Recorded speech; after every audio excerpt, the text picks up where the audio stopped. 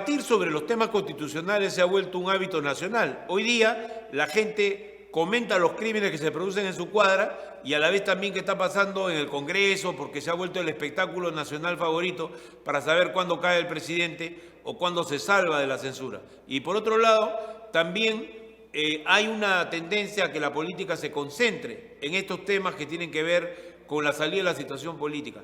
Pero, como vamos a ver con Edward Dyer, un destacado constitucionalista, la salida es estrictamente política. Es decir, solo puede ser hecha en el terreno de un acuerdo para darle una salida a la situación del país y no se restringe solamente a sancionar a una determinada persona o a producir una u otro cambio en la situación de poder en el Perú.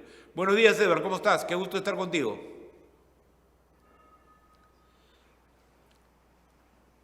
Bien, el tema central del Perú está empezando a concentrarse alrededor de las resoluciones que esta próxima semana debe tomar el Congreso con relación a un documento que debe llegar el día 15, o sea, todavía faltan varios días, más o menos 9 o 10 días, y ese documento se supone que es la bomba atómica que por fin va a desintegrar toda posibilidad de salvación de Castillo, del presidente Castillo. La pregunta es, ¿puede así ser tan súbita la salida del actual mandatario? Bueno, depende por qué vía, ¿no? Y esa es la parte crucial aquí. En el Perú tenemos diferentes vías para que pueda suspenderse o destituirse o incluso a la vez o por la vía de la vacancia dejar, digamos, la presidencia en manos de un sucesor. Entonces tenemos tres vías y la respuesta de mi lado sería depende qué vía se elija, ¿no? Si estamos hablando de una nueva solicitud de vacancia, esta sigue un curso como ya los peruanos y peruanas los tenemos prácticamente de memoria, que tiene que ver con un primer debate dentro del Congreso de la República para su admisión, donde se necesitan 52 votos, y solo si supera esta votación, entonces se tiene que asignar un día para que se debata. Lo que establece la Constitución es que tiene que ser dentro de los 3 días posteriores a que se haya aprobado la admisión de la solicitud de vacancia. Y es el caso de vacancia por incompetencia moral, ¿no? Exacto, sí, muy buena precisión. Estamos hablando en este caso de una figura que se ha usado muchísimo en los últimos años y es efectivamente la vacancia por incapacidad moral permanente. Hay otras causales, esa es la que más se usa porque es una suerte de cajón desastre, no está bien delimitada y lo que se suele hacer es establecer ahí algunas conductas que lindan también con algunos delitos o que pueden ser antiéticas. Entonces, se usa mucho esta figura porque es flexible. Claro. ¿Y la segunda que tú mencionabas, cuál es? A ver, hay otras alternativas con las cuales se puede interrumpir el mandato de un presidente bajo nuestra Constitución. Y no hay que olvidar que nuestra Constitución es particularmente rígida respecto a estas puertas que pueden abrir esta posibilidad, porque es un régimen presidencial, con atenuaciones, es cierto, pero no olvidemos, no deja de ser un régimen presidencial. Por ejemplo, otra alternativa que hay es la suspensión temporal del cargo. ¿Cuándo ocurre esto? Esencialmente, ocurre, por ejemplo, cuando se está procesando al presidente de la República por un delito, pero no puede ser por cualquier delito. Nuevamente, recordemos, nuestra Constitución termina siendo muy rígida y el artículo 117 establece algunos supuestos específicos por los cuales se puede acusar al presidente mientras dura su mandato. No puede ser por cualquier delito y esto es fundamental. Puede ser por temas vinculados a traición de la patria, a impedir elecciones, a disolver al Congreso fuera del 134 o impedir el funcionamiento del Congreso o del Jurado Nacional de Elecciones. Si son delitos vinculados a estos, lo que corresponde es abrirle el antejuicio y luego que se proceda con la acusación se lo puede destituir en virtud del artículo 114 de la Constitución. Es la primera lección. La primera lección es que no es por cualquier delito. ¿Cuál es la causal, digamos, que tú consideras? Pues bueno, no podemos hacer un juicio definitivo en alguna cosa sobre el presidente Castillo, porque si bien los indicios son abundantes, el problema es que hasta este momento no conocemos cuáles son las pruebas que va a presentar la Fiscalía, ¿no? Creo que Sí, muy buena pregunta. Creo que ya estamos centrando un poco más la conversación y nos estamos refiriendo a lo que algunas fuentes periodísticas han establecido como un adelanto, ¿no? Se está hablando de que la Fiscalía de la Nación va a presentar una acusación contra el presidente y hay la posibilidad de que se pida la inaplicación del artículo 117 de la Constitución, que es el que mencionaba hace un momento. Este artículo lo que hace es decir, solamente puedes acusarlo por ABCD, nada más. Claro. Entonces, lo que estaría pidiendo, según alguna fuente de información, algunos medios periodísticos, la Fiscalía es que se deje de aplicar esto y más bien se proceda con la acusación del presidente, entiendo, sería por obstrucción a la justicia, en este caso específico de Harry Colchado, ¿no? Donde hubo una remoción del cargo de este funcionario público del Ministerio del Interior para tratar de ocultar, ¿no? Alguna investigación que comprometería el círculo del presidente. La pregunta es, ¿se puede o no se puede? Pero esa acusación, Edward, tiene, digamos, es como la de traición a la patria, ¿no? O sea, tiene elementos que son básicamente datos y no tiene elementos realmente probatorios de la responsabilidad directa del presidente de la República, ¿no? ¿O sí los hay? A ver, yo lo respondería de la siguiente manera. Aun cuando los haya, nuestra Constitución, como está redactada el día de hoy, impide que se acuse al presidente por ese hecho. ¿Y esto es un mal diseño? Sí, es un mal diseño. Lo han mencionado juristas desde el día siguiente que se aprobó la Constitución del 93. Hay muchos intentos, por ejemplo, algunos destacados juristas como Francisco Eguiguren mencionaban la necesidad de que se reforme, por ejemplo, ese apartado de la Constitución. Ellos decían, hay otros elementos que lindan con la corrupción, por ejemplo, que son corrupción o que pueden ser corrupción, que deberían habilitar a que se procese al presidente y no esperar a que se culmine su mandato. Entonces, mi primera respuesta sería, más allá de la evidencia que tengamos hoy, que sea contundente o no contundente, que eso lo compete al fuero penal, yo no soy penalista, pero sí puedo decir desde una mirada constitucional que ahí nomás la puerta se cierra. ¿Por qué? Porque ese delito, que es de obstrucción a la justicia, por ejemplo, no forma parte de los supuestos que establece el 117, que son los que comenté. Tiene que ver más con impedir elecciones, con cerrar el Congreso. Fuera de eso... Y hacer la reforma constitucional express para poder modificar el 117, el artículo 117 de la Constitución y poder procesar al presidente con nuevas normas, ¿no es también violatorio de la Constitución? No me parece que sea... Si es un procedimiento de reforma constitucional, es cierto, podemos llamarlo express porque de repente lo pueden hacer de manera rápida si es que se ponen de acuerdo los congresistas. Pero si se respeta el procedimiento que sale en la Constitución, en el 206, y se llega a reformar, pues es completamente válido y se pueden incluir otros supuestos, como puede ser casos de corrupción. Eso puede ser aplicado al caso del presidente que ya está en proceso de investigación. ¿Te refieres a si es que el cambio se hace y si es que puede ser aplicado de manera inmediata al presidente, por ejemplo? Sí, por aplicación inmediata, ¿no? Del cambio constitucional rige a partir del día siguiente de que es publicado en el Diario Oficial Peruano y se le podría aplicar. Pero yo quiero advertir una cosa, Julio, si me permites, sí, que la información que ha trascendido en los medios de comunicación es muy grave, porque lo que estaría diciendo es que la propia fiscal de la Nación estaría recomendando al Congreso que inaplique el 117 en virtud de una convención anticorrupción de la ONU. Ahora, esta convención también he tenido oportunidad de leerla y puedo comentarte que no tiene asidero, no tiene ningún punto de apoyo en sostener que en virtud de esa convención se deba inaplicar el 117 de la Constitución. Yo creo que más bien, si la fiscal de la Nación recomienda eso, quien está poniendo un pie en medio en cometer una infracción a la Constitución es ella, al recomendar eso. Porque la Convención contra la Corrupción no habilita a establecer ninguna inaplicación de nuestra Constitución. O sea, digamos, la Convención no calza con un proceso como el que estamos diciendo en este momento se debe llevar a cabo. Y además no corresponde que la fiscal haga recomendaciones, ¿no? No corresponde que pida una inaplicación cuando no hay una norma que habilite la inaplicación. Exacto. Entonces, ahí sí, para desarrollar la pregunta que haces, me permito lo siguiente. Un poco de dónde nace esta idea de la fiscal. Hubo, me parece, dos abogados que realizaron una publicación en un medio de comunicación por escrito y citaron esta convención y dijeron, los principios que están consagrados en esta convención establece que no se puede sustraer ningún funcionario, ¿no?, a la investigación y acusación de delitos de corrupción. Eso es cierto, eso lo dicen los primeros artículos. Pero lo que no mencionan es que hay un artículo que es el artículo 30 y específicamente el numeral 6 que establece algo muy concreto para este caso. O sea, ellos dicen, oye, se tiene que suspender al presidente del ejercicio cuando ocurre un hecho muy grave como este. Bueno, el numeral 6 del artículo 30 establece que es potestad de cada Estado establecer algún procedimiento específico para poder remover del cargo, suspender o destituir a algún funcionario público cuando cometa un acto de corrupción.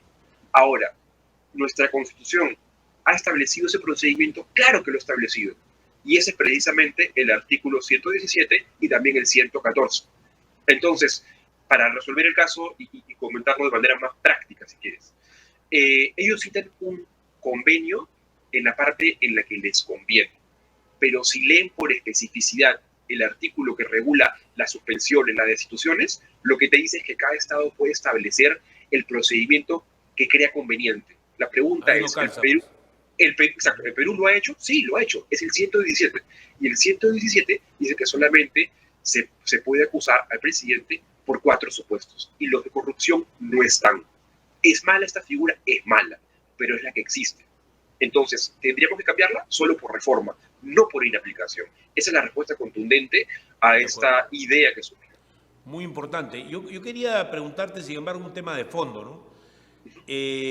Las constituciones no pueden ser una camisa de fuerza, sino tienen que tener capacidad de adaptarse a diferentes circunstancias, ¿no? ¿No hay un problema con las bases del derecho en el Perú, que estamos muy hermanados con la tradición de los códigos europeos y no tenemos un derecho más consuetudinario y más basado además en el common law, o sea, en la ley común? Porque en realidad este caso nos permite exhibir una serie de problemas del sistema judicial, más que el sistema judicial, de lo que dice nuestras leyes, ¿no? De acuerdo, sí, hay un problema de, digamos, de desfase que suele haber siempre en todos los ordenamientos legales. O sea, la sociedad avanza más rápido de lo que las leyes en un momento pueden haber pensado, ¿no? Anticiparse es muy difícil. Pero yo diría que no es tanto un problema de rigidez y de repente de desestimar la práctica. Yo creo que incluso parlamentariamente estas lecciones que hemos tenido en los últimos años sobre procedimientos de vacancia dan ciertas previsiones de cómo puede comportarse el Congreso. Pero para mí lo que creo que se debe resaltar en esto es que ha habido una omisión de la clase política que está en el Congreso en querer trabajar en serio los procedimientos de reforma sobre estos casos, sobre temas de corrupción.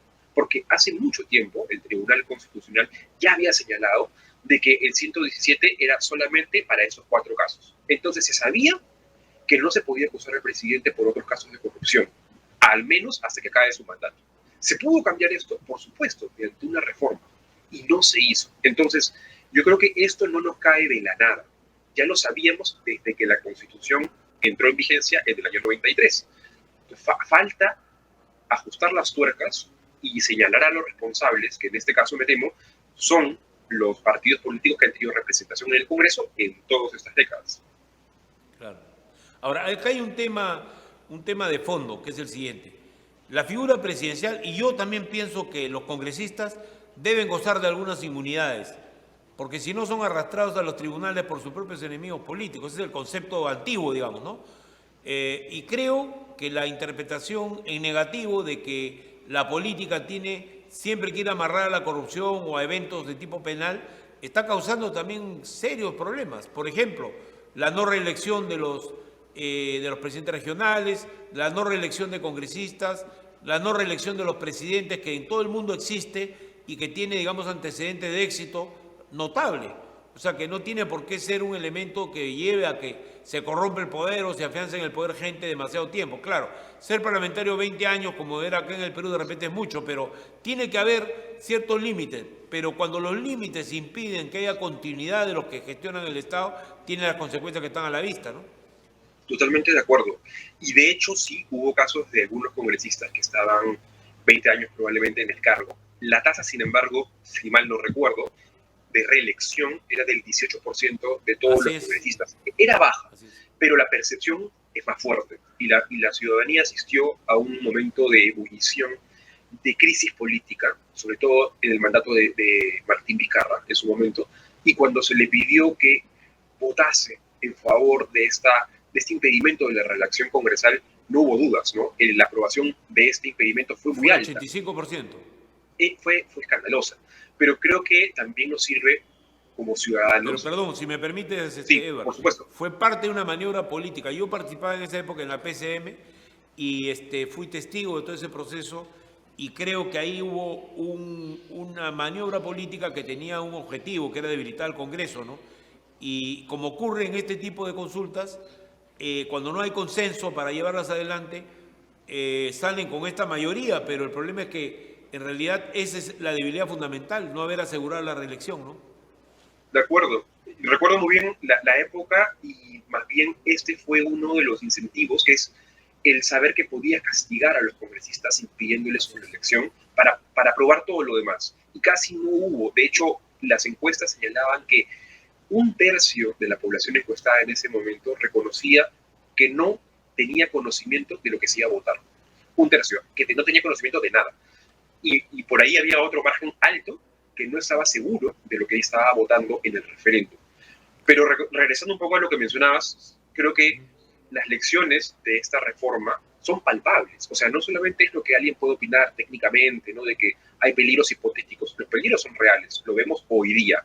No hay reales incentivos para unos congresistas que solo tienen un mandato de 5 años, por ejemplo, de querer abrocharse los cinturones y poder de repente ejercer la fiscalización como corresponde o poder aceptar la propuesta ciudadana que hoy existe para que se recorte el mandato y que se vayan todos, ¿no?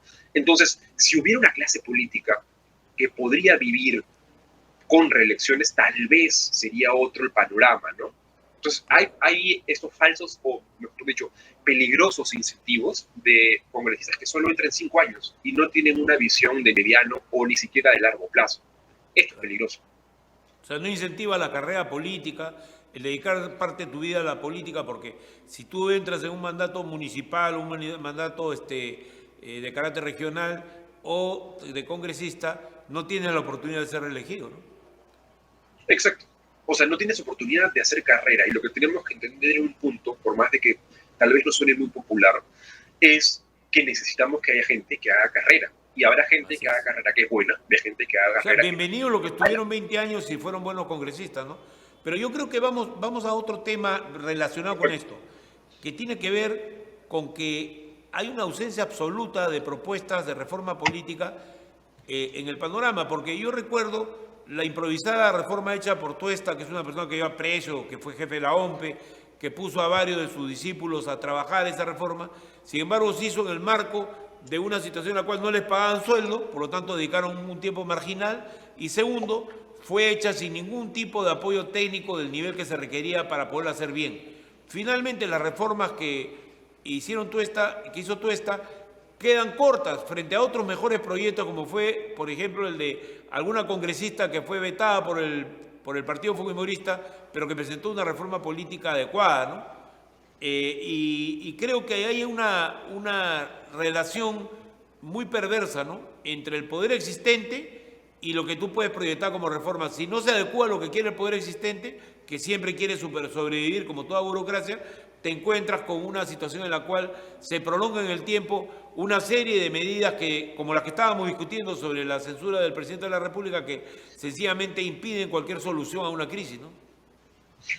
No, muy de acuerdo, Julio, muy de acuerdo. Creo que hemos sido, también como ciudadanos de manera directa a veces a votar, o indirecta cuando lo votan los congresistas, empujados a ver un espectáculo de reformas constitucionales, porque además, ojo, yo hace poco me tomé el trabajo de un poco ver cuántas reformas se producen, y es más o menos, o tenemos, la Constitución se ha reformado unas 28 veces, casi una vez cada año de su existencia. Entonces, es una Constitución que ha sufrido muchas reformas, y sobre todo, la mayoría de reformas se concentraron en este periodo álgido que va de PPK a Vizcarra. Y Sí. esas reformas sí pueden verse como que responden a una demanda de cambio, pero muchas veces son o responden más a intereses muy cortoplacistas de quienes quieren sobrevivir a esta crisis. Y creo que es un poco a lo que también tú mencionas, y solo está acompañado de un equipo técnico que pueda pensar más allá de la coyuntura, nos vamos a ver al siguiente año con los mismos problemas o con nuevos problemas surgidos a raíz de esas reformas, que es lo que vivimos hoy día. Así es. Estamos en un enredo bien difícil de desenredar. Pero mira, otro tema que me parece a mí importante es la vía de cambio de la Constitución. Se arma un gran escándalo alrededor de la Asamblea Constituyente porque, como yo siempre digo, el infantilismo de izquierda y el de derecha a veces confluyen en frustrar proyectos, ¿no? O sea, el radicalismo, nada con la Constitución, y el otro radicalismo que es que cierren el Congreso y que haya Asamblea Constituyente, que así fue como se comenzó al principio de este gobierno. O sea, eso ha dado al traste con una discusión racional que había que hacer, como aquella que hubo el año 2000, cuando salió elegido Paniagua, y que nos llevó a hacer una reforma, pero el 2001, y que nos llevó a hacer una reforma de 56 artículos de la Constitución que eran sustanciales, ¿no? Y que fue hecha con consenso por todos los partidos políticos, varios de los cuales hoy día, varios de sus líderes, están en la oposición militante contra cualquier proyecto constitucional ahora, ¿no? No, sí, totalmente de acuerdo con esa observación. Y hay este temor que es incluso un poco irracional en ciertos puntos de ambos bandos y de ambos extremos sobre todo. O hay mucha esperanza de un lado en que convocar por convocar a una asamblea constituyente va a hacer, ¿no?, que cierta parte de la población se vea mejor representada, ¿no?, con una agenda más de izquierda, si quieres, más progresista, como automáticamente, como el caso de Chile de repente. Y otro que es quien teme a profundidad porque se le va a caer todo el modelo. Y yo creo que ahí más bien lo que hay que tomar en cuenta es quiénes participarían de esta eventual asamblea si las elecciones fueran mañana. O sea, si hoy por hoy hemos asistido a un penoso espectáculo digamos, de debate en torno a los gobiernos regionales y municipales, esto es lo que hay. O sea, y también previamente, en la etapa presidencial, ¿no? Si hoy por hoy no hay partidos más o menos interesantes para la mayoría de peruanos, no olvidemos que hubo una reciente encuesta donde mencionaba que había una desafección grandísima respecto de la clase política. Estos no van a surgir de la noche a la mañana. Entonces, no hay que, digamos, idealizar los procesos constituyentes, porque también Chile es un buen ejemplo de que incluso para cierto sector, como puede ser mi caso, por ejemplo, más apegado a ideas progresistas, la sola elección de nuevos representantes no te asegura un buen procedimiento. Tiene que haber... Recuerda que varios de nosotros que somos, digamos, de un pensamiento más abierto, sin embargo, nos hemos dado la sorpresa de que al leer la Constitución, el proyecto de Constitución, había varias cosas que sería bien difícil aprobar en Perú, ¿no? Por lo menos yo no las propondría. Y que ni siquiera se aprobaron allá. No, y que ni siquiera se aprobaron allá porque también estuvieron desconectadas del ciudadano, digamos, promedio chileno. Claro. Y lo estuvieron porque en este caso hubo una amplia mayoría en votos que respaldaron a la izquierda, que hizo que no tuviera necesidad de dialogar. Y acá se nota, no es un tema de consigno de cliché el hecho de la importancia de debatir, es que la negociación política es crucial para que uno no pierda de vista que el impacto final de una empresa tan importante como crear una constitución al final va a pasar por un respaldo de amplias mayorías y no todos pensamos igual. Entonces, acá en Perú no tenemos ni partidos más o menos estables, ni partidos interesantes para la población, ni tenemos una clase política porque se ha desarticulado que esté, digamos, que esté acostumbrada a negociar con altura. Entonces, si no tenemos nada de eso, yo no veo por dónde pueda ser atractivo pensar en una constitución o una asamblea constituyente que nos arroje una constitución más garantista, si queremos ponerlo de alguna forma. Claro. O sea, el problema principal está en que sin consenso básico, sin un mínimo de posibilidad de organización política, es muy difícil que las reformas obedezcan agradablemente a los intereses del país. Porque ahora, por ejemplo, está a punto de estrenarse otro debate sobre la reforma política que ya ha anunciado el Congreso y donde una de las cosas que se pretende hacer, por ejemplo, es establecer el voto voluntario, que es un tema de debate entre el progresismo y los conservadores en todo el mundo porque implica quitarle el voto a una parte importante de la población. que ya no asiste en gran parte de lo como lo vemos en la última elección municipal.